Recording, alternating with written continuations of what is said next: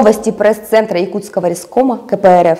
Смотрите основные события на общественном видеоканале «Красный Коннект». В Якутии слышится эхо Донбасса. Сегодня коммунисты и жители Якутии повсеместно проводят автопробеги, возложение цветов к памятникам победителям, объединяя всю нашу дружную Якутию. Нацизму не бывать. Якутяне, как и все россияне, с большим волнением следят за событиями на Украине.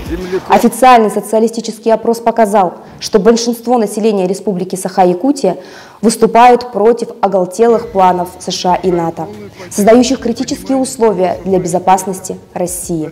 Они поддерживают меры по принуждению бандеровской и националистической власти Украины к миру. Якутяне знают, что лидер коммунистов Якутии Виктор Губарев лично знаком и поддерживает связь со многими руководителями и военачальниками Донбасса. Не раз бывал с ними в горячих точках. В ноябре-декабре 2014 года Виктор Губарев в Донецке встречался с главой и верховным главнокомандующим вооруженными силами ДНР Александром Захарченко. Он при встрече с лидерами коммунистов Якутии просил передать огромную благодарность за помощь, внимание и чуткое отношение к проблемам и нуждам людей, находящихся в зоне военных действий. Он обещал и дальше беречь и укреплять дружеские отношения между Якутией и ДНР. Комсомольский спортивный клуб «Якутия» продолжает свою работу уже в новой роли. Тренировки проходят на базе спортивного клуба «Спарта». Спортивный образ жизни жизненно необходим, это дух соревнования, здоровый образ жизни, а для мужчин-защитников Родины это еще навыки единоборства, показатель силы, а самое главное – моральный и патриотический подъем, которым заражаешься, занимаясь спортом.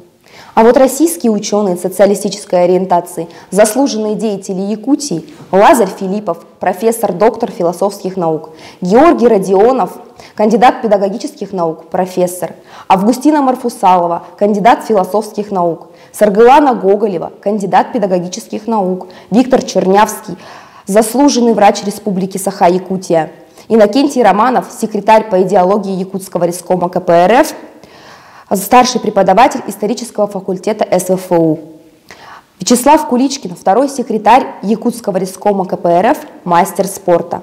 Якутское отделение РУССО провела научную конференцию, приуроченную к столетию Якутской ССР.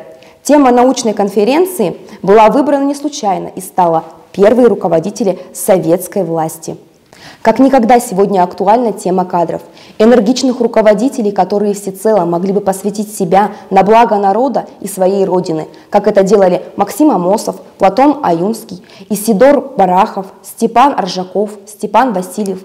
Их вклад в становление якутской автономии и развития в целом неоценим и для современных поколений большой пример, который сегодня в истинном его значении самоотверженности и воли, самопожертвования в погоне за извечной прибылью, капиталистической алчностью не используется или забыто.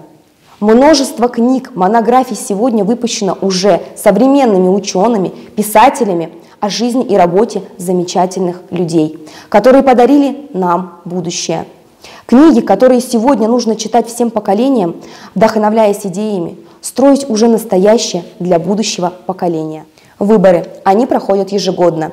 И совсем недавно коммунисты Якутии выдвинули на дополнительные выборы по Алекнинскому одномандатному округу номер 12 в народные депутаты Республики Саха-Якутия Калмыгину Алену Николаевну, художественного руководителя Национального округа Центра «Гармония». Город Алекнинск, Алекнинского района Республики Саха-Якутия. Одна из достойнейших кандидат с богатейшим опытом, с большими знаниями о проблемах родного округа. А самое главное – путях их решения. Коммунисты Якутии призывают своих земляков-алекнинцев голосовать за народного кандидата, кандидата от народа, от КПРФ. Ну а наши депутаты всегда и везде на благо людей. Якутское городское отделение КПРФ состоялось общее собрание секретариата первичных партийных отделений города Якутска. На общем собрании были приглашены депутаты Якутской городской думы с отчетом о проделанной работе, дальнейшими планами работы в условиях санкционных ограничений. На очередном дне секретаря Якутского горкома партии депутаты-коммунисты отчитались о своей работе и за 2021 год. Открыл совещание первый секретарь Якутского горкома КПРФ Сава Михайлов. Перед началом его работы торжественно вручили партийный билет вновь вступившему в партию молодому фермеру Эдгару Константинову. Сегодня, как и с первых дней работы партии у актива, партийцев и сторонников на повестке стоит вопрос планомерного развития города, его социальных структур, жилищно-коммунальных услуг, доступного жилья, а за этим и общего благосостояния. Как никогда, наверное, в руках общества наперевес стоят вопросы национальной безопасности, возвращения в собственность государства ключевых ресурсов, наращивания промышленного и сельскохозяйственного потенциала. Как все это реализовать, сегодня главный вопрос не только к нашим депутатам, но и правительственным органам в целом. Комсомол Якутии ежегодно помогает учебно-производственному комплексу трудовой реабилитации инвалидов в различных его делах. Субботники, уборка мусора, складирование, уборка снега. Комсомольцы Михаил Алексеев, Артур Баланов, Джулура Ганеров с народным депутатом Республики Саха-Якутия Вячеславом Макаровым помогали предприятию весенней уборки снега с крыш зданий. Комсомольцы считают, труд – это залог того, что мы достигаем и откладываем в будущее. Не забываем и наших младших товарищей. В Якутии открылся республиканский творческий конкурс «Пионерия 21 века. Перезагрузка», посвященный столетию ленинской пионерии, детским общественным организациям. Это новый стартап новой эры ленинской пионерии.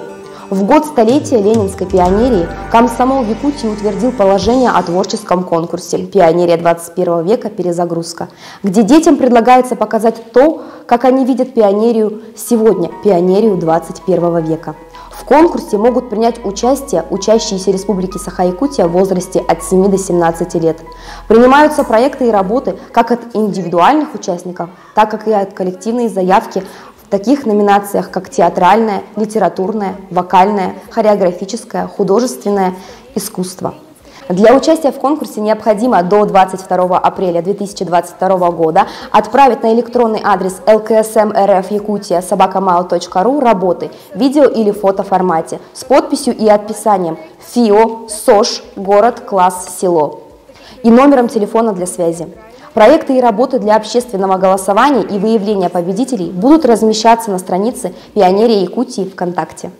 Каждый участник может заявить на конкурс только одну работу. В одной из объявленных номинаций конкурса всего установлено 7 номинаций. Подведение итогов конкурса состоится не позднее 1 мая 2022 года. Список победителей и призеров в каждой из номинаций будет опубликован на странице Пионерии Якутии с пометкой «Пионерия 21 века. Перезагрузка». Победители получат дипломы и памятные призы от Якутской республиканской общественной детской организации имени Владимира Ильича Ленина. Награждение состоится 19 мая 2022 года города Якутска на торжественной пионерской линейке, посвященной столетию Всесоюзной пионерской организации имени Владимира Ильича Ленина. Дети, участники от 7 до 14 лет по желанию могут вступить в ряды Якутской республиканской общественной детской организации имени Владимира Ильича Ленина. Удачи! Мусустар – республиканский мегафестиваль. Комсомольцы Якутии приняли участие в современном молодежном фестивале «Мусустар». Студентка Северо-Восточного федерального университета имени Максима Кировича Амосова, отделение РКИ, кафедра «Русский язык как иностранный», комсомолка Нина Крипанова была номинирована и награждена в треке «Молодой ученый». Чувство гордости переполняет, когда видишь нашу молодежь, стремящуюся изучить, познать, а самое главное – вести научную деятельность, переполняя нашу кладовую достижений. Будучи совсем молодыми, делая первые шаги, они несут идеи новаторства в делах, в любви к своей родине и науке. Богатство Якутии – это ее современная молодежь, а это потенциал, креатив, современный подход к тенденциям, вклад в развитие всей страны. Так держать! Молодые лидеры городских коммунистов проводят патриотические мероприятия в преддверии празднования столетия Якутской ССР. В народе жива память о героях. Коммунисты городского округа Жатай с их лидером Игорем Бугаенко, а также комсомольцы города Якутия возложили цветы к памятнику павшим за власть Советов. Иван Яковлевич Строда – отважный командир Красной Армии, боровшийся с бандформированиями, совершивший не один героический поступок, которые вписаны в историю и остаются в нашей памяти, как большой пример, в чью честь названа не одна улица в нашей республике. Своими поступками Иван Яковлевич приблизил победу советской власти, тем самым установил мир, который впоследствии послужил большому социальному и промышленному развитию нашей Якутии. Пример самоотверженности, жертвования за светлое будущее наших народов. С такими словами начал свое выступление Бугаенко Игорь, лидер коммунистов Жатая. Игорь провел исторический дискурс и социальный опрос жителей Жатая, напомнив о исторических подвигах, героях, именами которых названы улицы города. Сегодня он у нас в студии и готов лично рассказать о работе коммунистов Жатая. Расскажите, почему вы решили провести именно это мероприятие? Добрый день, уважаемые телезрители. Действительно, в преддверии важного события для нашей республики, юбилеев трех, это столетие Якутской автономной Советской Социалистической Республики, столетие пионерии. Наше мероприятие, которое прошло 26 марта, это в преддверии 100 лет со дня разгрома белых банд под Якутском, под руководством Ивана Яковлевича Строда.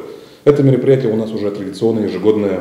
Мы постоянно приглашаем наших сторонников, людей, которым не безразлична судьба нашей страны. Призываем также студентов, но, к сожалению, Жатайского техникума, но, к сожалению, не всегда удается им прийти. В этом году комсомол Якутии к нам приехал на мероприятие, мы возложили цветы, организовали видеосюжеты, видеообращения с жителями. Но вообще характер какой и суть, какова была этого мероприятия? В первую очередь, конечно, это же память о таком большом человеке для всего, наверное, советского народа. Он герой. Второй момент, это в честь его в нашей республике улицы названы его именем. Но немногие люди знают, кто такой Иван Яковлевич Строд. В том числе и в Жатае. Есть большая улица Строда, на которой проживают и студенты Жатайского техникума. Но такая работа почему-то не проводится. Люди действительно не знают. Даже те, кто прожил достаточно долгое время,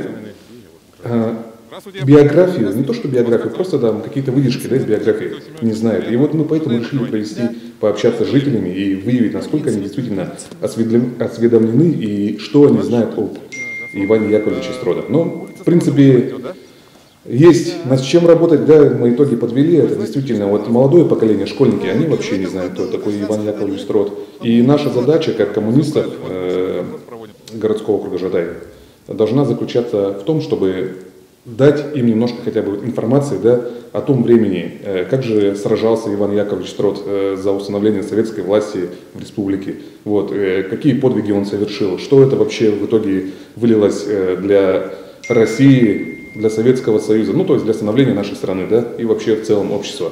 Поэтому мы намереваемся прийти в жатайские школы, поговорить с молодежью, со студентами, и дальше продолжать таким образом, такими мероприятиями людям доносить всю нужную информацию. Но наверняка, Игорь, это не первое мероприятие, которое вы проводите в Жатае. Расскажите, пожалуйста, еще какие мероприятия у вас проводятся?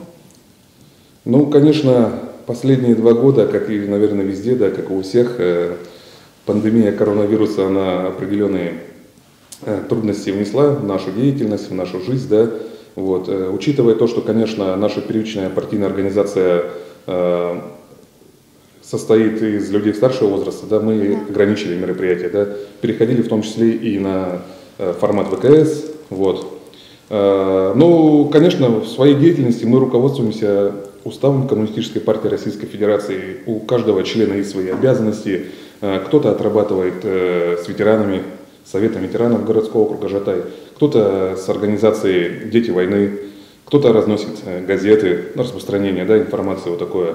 Из масштабного, конечно, это у нас 9 мая, это 1 мая, как обычно, это возложение к бюсту Ленина, это субботники коммунистические, уже в преддверии 1 мая мы тоже запланировали, проведем обязательно. Но это, конечно, общая жизнь в поселке. Вообще наша работа, она многогранная и разносторонняя, Так как мы входим в структуру городского комитета КПРФ, мы эти все мероприятия пытаемся распространить на городской округ Жатай.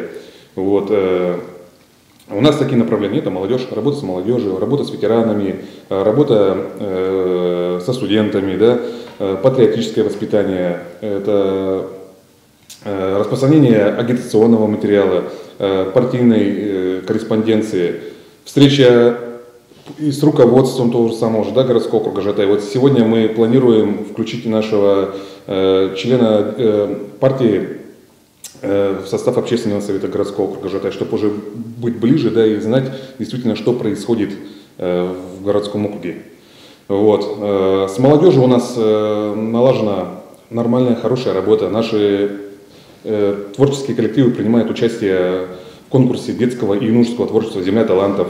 Не только в республике, да, но и они уже как победители здесь республиканского конкурса отправляются в город Москву представлять республику, ну и в том числе городской округ Жатай. Вот за это действительно вдвойне приятно. Ну и также у нас мероприятия все, это 1 мая, да, День солидарности трудящихся, это 9 мая, День Победы, это возложение цветов к Ленину, ну, день его рождения, да.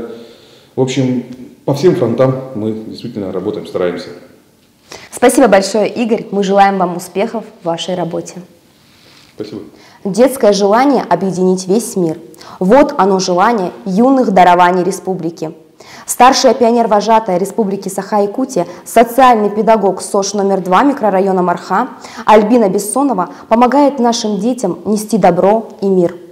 Совсем юная девочка, учащаяся в Мархинской СОЖ номер 2 города Якутска, Миргеляна Петрова несет проект «Наследие», которое в своих рисунках выражает желание объединиться, так как мы жители одной планеты Земля.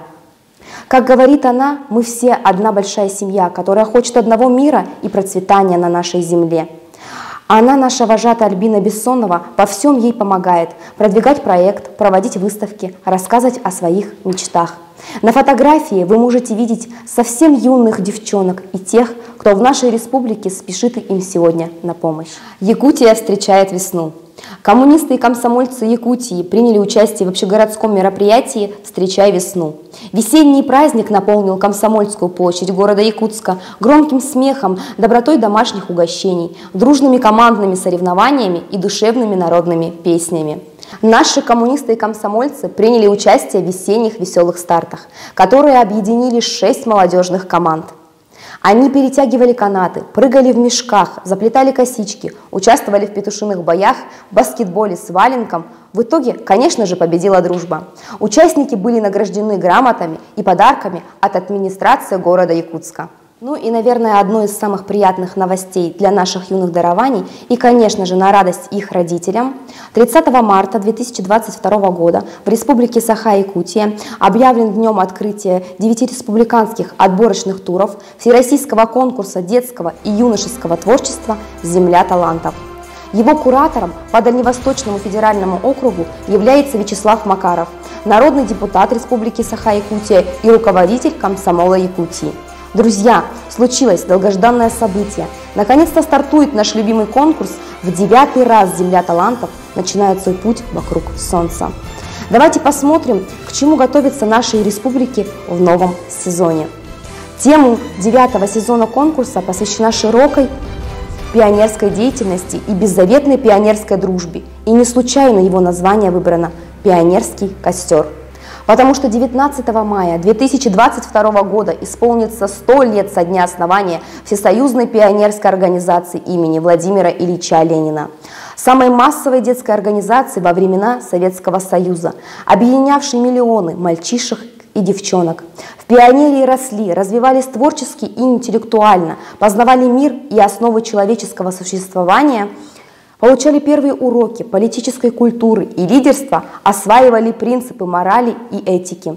Когда советским школьникам повязывали галстук в первый раз, ребята торжественно, гордо и волнуясь клялись перед лицом своих товарищей горячо любить и беречь свою родину и всегда выполнять законы пионеров.